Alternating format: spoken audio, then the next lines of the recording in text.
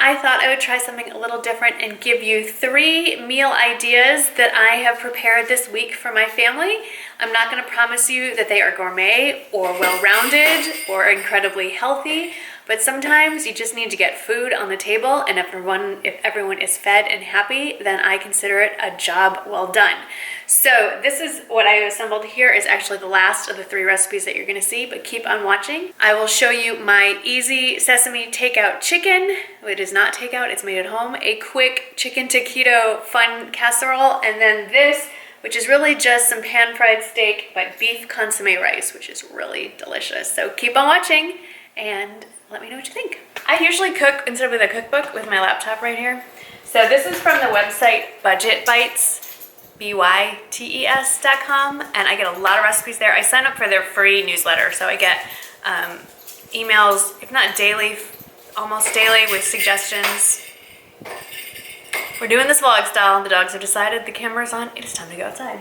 Anyway, so I saw this email for easy sesame chicken, and I thought, you know what, this actually looks pretty easy. So for those of you who do not know, I should start by saying that Shane, my youngest son, and myself are gluten-free. Not that we are allergic, but for medical reasons, our doctors have decided that we should not be eating gluten. So it doesn't have to be pristine, and we don't have to worry about actual contamination of gluten.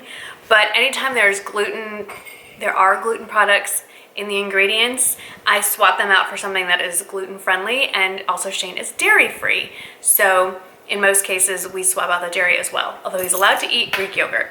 Not sure about that. So tonight's easy sesame chicken is pretty easy. So it does require quite a few steps and ingredients, but what I like to do normally is make the sauce ahead of time when I have some time and just stick it in the fridge, and then I can pull it out when I'm ready. I can pre-cut the chicken. The recipe calls for chicken thighs. We don't like chicken thighs, so I get chicken tenderloins and cut them up into bite-sized pieces, so that is prepped. And you can pre-measure all your ingredients when you have time, and then if you're, out of the home all day long and it's time for dinner, you can just literally throw this together really quickly. So let's do the sauce. So the first ingredient is soy sauce. Soy sauce has gluten. There are a bunch of brands of soy sauces that do not contain gluten, but lately we've been using this. It is Bragg's liquid aminos, which tastes like soy sauce, but it in fact is not. I pre-measured that. We just throw all these things together. So you throw, well, don't throw your ingredients, but it's soy sauce, and then water, which, just to make it look like I kind of know what I'm doing. Hang on. Here we go. I just am measuring from the little cup here. Did the water. Toasted sesame oil. This is key. They have it at Trader Joe's if there's a Trader Joe's by you, and it's pretty inexpensive, but actually this isn't all that expensive to begin with. And make sure it's kind of the darker color. That's what the recipe says anyway. I don't know. It tastes, whatever I use this, it tasted just fine. So 1 tablespoon toasted sesame oil. The recipe also calls for 3 tablespoons of brown sugar. We tried this a couple weeks ago, and Jake and I decided it could be a tiny bit sweeter, so I bumped it up to like a fully packed and kind of rounded on the top 1/4 cup. So that's what's going in there. 1 tablespoon of rice vinegar. So like I said, the last time I made this, I actually made the sauce that morning when I had time, and then did the actual cooking right when I was about to serve it. And then 1 teaspoon of grated fresh ginger. This makes all the difference. First of all, it smells amazing. I use, ouch, this gadget. It's a microplane. It's just been used. Oh, this smells so good. So I've already pre-measured that. Use the fresh ginger. That is key. 2 cloves of garlic. Cheated on that. I've used my frozen ones that have thawed out. A tablespoon of sesame seeds. You just get it in the spice section right there. And a little bit of cornstarch, which I've already pre-measured. And then you just whisk it together, and that's your sauce. So just stir that all together until it's evenly blended, especially the cornstarch. And the cornstarch, of course, thickens everything and makes it look just like the sesame chicken you get in your neighborhood Chinese restaurant, which is kind of awesome. Okay, so this is what it looks like, all blended. And now we're gonna get to the chicken part. You get an egg, some cornstarch, salt and pepper, and throw it in a bowl. Mix that all together really well. And you're gonna, once that's mixed, you're gonna coat your chicken in it. All right, once that's all mixed up, you just dump in your chicken pieces and then toss that to coat. Okay, this is actually the easiest part. So I've tossed the chicken. I just got a rubber spatula and tossed it around in there, stirred it up just to make sure it's all evenly coated. And then you're gonna take you're gonna heat up some cooking oil in the pan. And it says don't swirl it until it's really hot. So that's been preheated. Make sure every inch of this is coated. You put your chicken in and you make one big flat chicken pancake basically, and you let it alone. Because if you start stirring, I just kind of smoosh it to make a nice even flat layer. You don't want to stir it around while it's cooking because that'll break up the egg coating that you just worked so hard to put on the chicken. So you let that cook for about 4 minutes on, I'd say like medium-high heat. And then once it's browned on one side, you take your big spatula, like a normal hard one, and you flip it. And then you break it apart a little bit. We will get to that. I'll be right back when it's all browned. So we're gonna just take this thing. I'm gonna break it up a little bit into like quadrants because otherwise it's gonna be a crazy mess. Just start flipping. Once everything's flipped, then you let the other side brown, and then we get to the fun part. I'll be right back. Got your soy sauce mixture. You literally just pour it over everything. Oh my gosh, it smells so good. And then you just start stirring and making sure all the chicken's coated. And as it simmers, because of all the cornstarch, it'll thicken up. And you're done. Dinner is done. It's about 10 minutes once you've assembled all the ingredients. And then when you're ready to serve it, just serve it on rice of your choice. So I will show you a picture of it when it is all done, but that is the first recipe. Easy takeout style sesame chicken. I don't even know what to call this. Taquitos casserole, flautas bake, I don't know. Basically, you take your favorite frozen, they go by two names, taquitos, flautas. They're corn tortillas rolled up around a meat filling, in this case, chicken only. So this is actually technically gluten-free.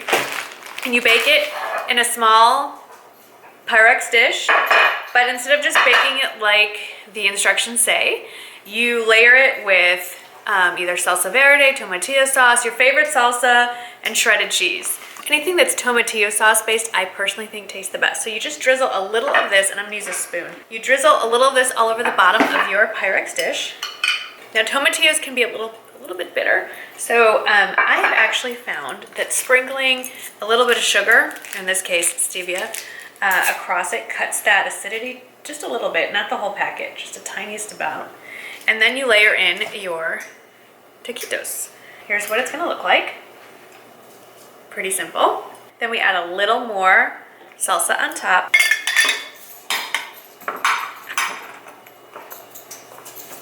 Then you're gonna take your shredded cheese. In this case, we are dairy-free. So this is the vegan Go Veggie cheese that we like, and it's, I think they call it their Mexican, yeah, Mexican style shreds. You can use Monterey Jack, Colby Jack, whatever kind of Mexican blend you like, and just sprinkle a little across that first layer. I have a friend here who's trying to help. Rowdy, your help is not needed, but thank you. And then you're just gonna repeat the layers. I really only do 2 layers, but it just depends on how much salsa you have to get through and how much cheese, and when you run out, you are done. You top it with sour cream, but in our house, we swap out sour cream for plain Greek yogurt, so I'm just gonna top that. You can always add a little bit more to your individual plate when this is all done. We will work on these angles as we do more of these videos, but I'm just gonna cover this with foil and stick it in the preheated oven at 400 degrees. So there are all your layers, and that's what it looks like. So I just popped it out of the oven. Just put a little rice, a little bit of salad on your plate, and you are good to go. So fun, easy, quick, not so healthy meal number 2. Really the highlight of the recipe is the side, and I got it from this cookbook that I've talked about before. What Can I Bring? It's a cookbook that was given to me when Michael and I went to a function at the University of Mississippi, and it's Southern food for any occasion, light serves up. And the rice is the side dish, but it's supposedly so good that it's kind of like the star of the show. It's called consommé rice with mushrooms. Now, no one in my family likes mushrooms except Michael. And I'm not sure if he's gonna be able to make it for dinner tonight, so we're leaving the mushrooms out. And then, so I'm making that. And then the quick main course is I'm gonna just pan fry some steaks. So that's very simple, and I'll show you what I'm gonna use to do that. I'm just gonna do that in my griddle pan here. Can you see the grill marks right there? I'm gonna cook up this rice first because it takes an hour to bake in the oven. So the first thing you do is melt your butter. Now in my case, like I mentioned, we're gluten-free, dairy-free here at home. So when I say butter or bread, in your head, swap it out for dairy-free or gluten-free. It just says to melt the butter and then add a chopped onion, which I have hidden away here in my microwave because Rowdy will eat it. So I'm just gonna saute this onion. After the onions are good and soft, about 5 to 10 minutes or so, just gotta keep an eye on them. I'm gonna add the rice, which I've already rinsed and drained, and mix in a few other things, and then we'll cook it. Then it says to add the rice. Put the rice in and kind of toss it in with the onions and actually get the rice toasted. Do y'all remember the days of rice-a-roni when anybody make that? I used to make that all the time when I first got married.